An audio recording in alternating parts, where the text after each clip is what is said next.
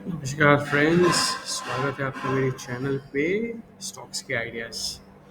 आज हम देखने वाले हैं एक ऐसा स्टॉक जो लिस्ट हुआ था रिसेंटली। नाम है उसका डानी विल्मर। और अभी रिसेंटली उसका नाम चेंज हो गया है from AWL to AWL agri business, है ना।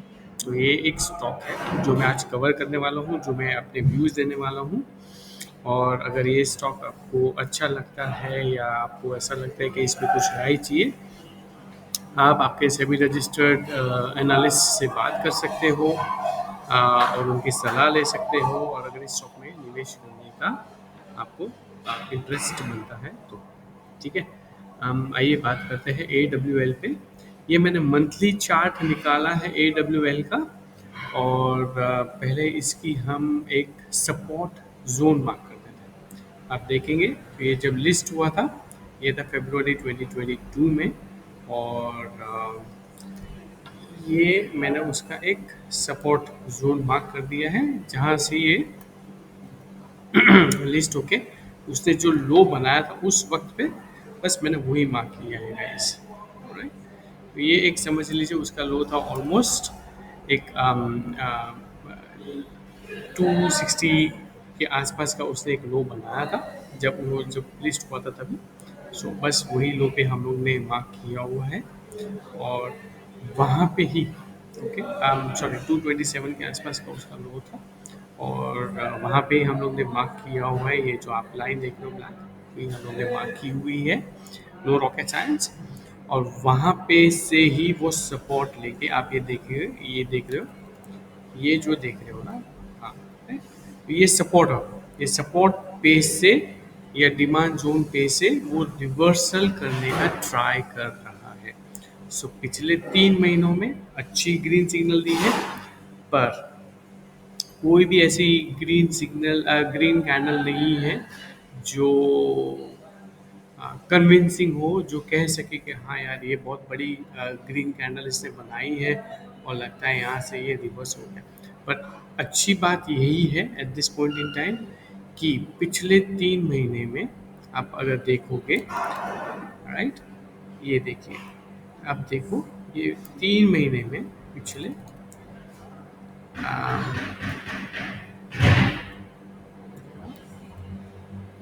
हर बार इसकी जो क्लोजिंग है, जैसे मार्च 2025 की जो क्लोजिंग थी वो थी 258। ओके, अप्रैल 2025 की जो क्लोजिंग थी वो 267। और जो मई 2025 की जो क्लोजिंग थी वो है 275। बोलने का तात्पर्य ये है कि अगर आप क्लोजिंग देखोगे ना पिछले 3 महीनों की, तो वो क्लोजिंग हर बार ऊपर की रही है, नीचे की नहीं रही है। सो एटलीस्ट एक छोटा सा कॉन्फिडेंस आ जाता है एक ऐसे स्टॉक्स पे कि ठीक है, पिछले 3 महीनों की जो क्लोजिंग है वो बहुत ही बढ़िया रही है, हर बार ऊपर की तरफ, नीचे की तरफ नहीं। ओके। और ये बार अगर आप देखोगे तो ऐसे चांसेस दिख रहे हैं at this point in time, जो जून में, कि ये शायद और एक लेवल ऊपर जा सकता है, या एक बार और ऊपर की तरफ कैंडल उसकी जाएगी और क्लोजिंग भी प्रीवियस 3 महीनों से ऊपर ही रहेगी। पर ये तो आने वाला वक्त ही बताएगा। पर at this point in time ऐसा लग रहा है, बट यू नेवर नो, है ना, मार्केट है गाइस। ओके, तो ये मैंने मंथली चार्ट आपके साथ शेयर किया हुआ है।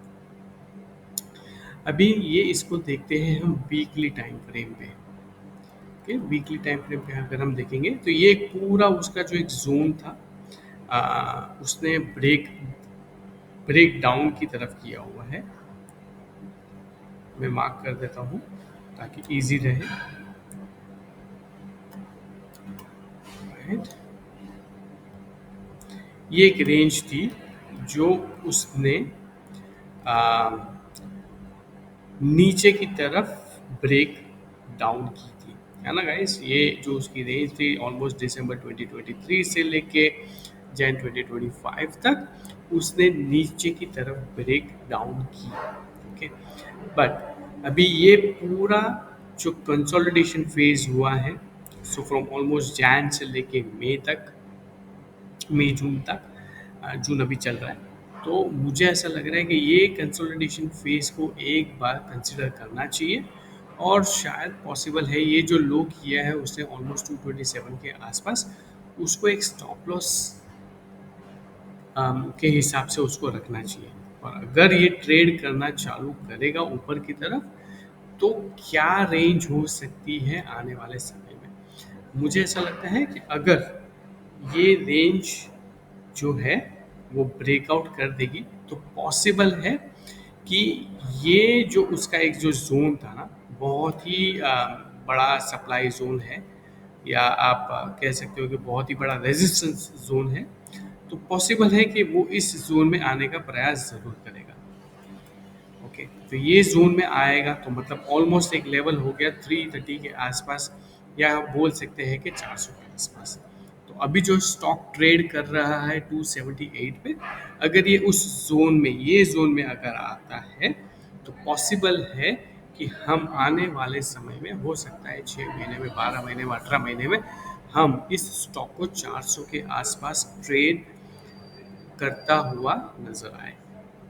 पर इसमें याद रखिएगा, ये स्टॉक ने जो लो किया है, सपोर्ट जो उसका है ऑलमोस्ट 227 के आसपास, अगर वो ब्रेक कर दिया नीचे की तरफ, तो नए लो बन सकते हैं।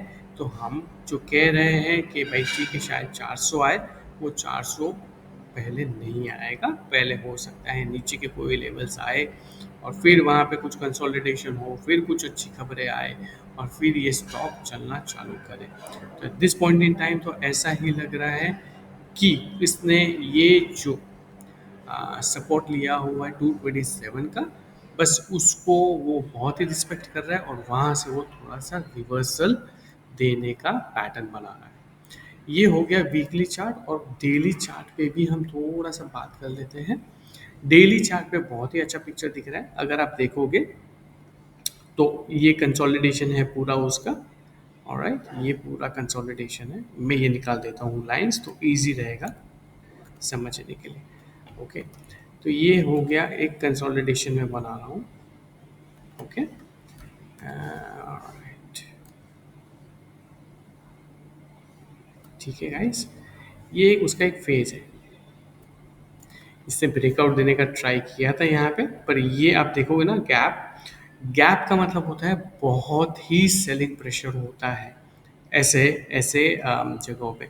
अभी जैसे फॉर एग्जांपल यहाँ पे से यहाँ पे एक जो गैप बना, मतलब सेलिंग प्रेशर बहुत था, और उसके बाद फिर ये गैप बना, तो मतलब गैप डाउन हुआ था, तो मतलब सेलिंग प्रेशर बहुत था, है ना।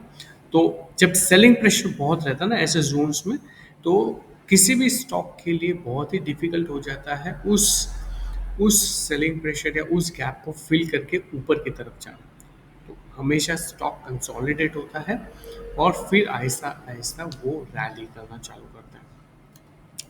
तो अगर आप देखेंगे, तो एक बार तो उसने ये गैप फिल कर दिया, ओके, ये वाला जो गैप है, और फिर वापस से थोड़ा करेक्शन हुआ, और फिर ये स्टॉक ने अपनी रैली चालू कर दी।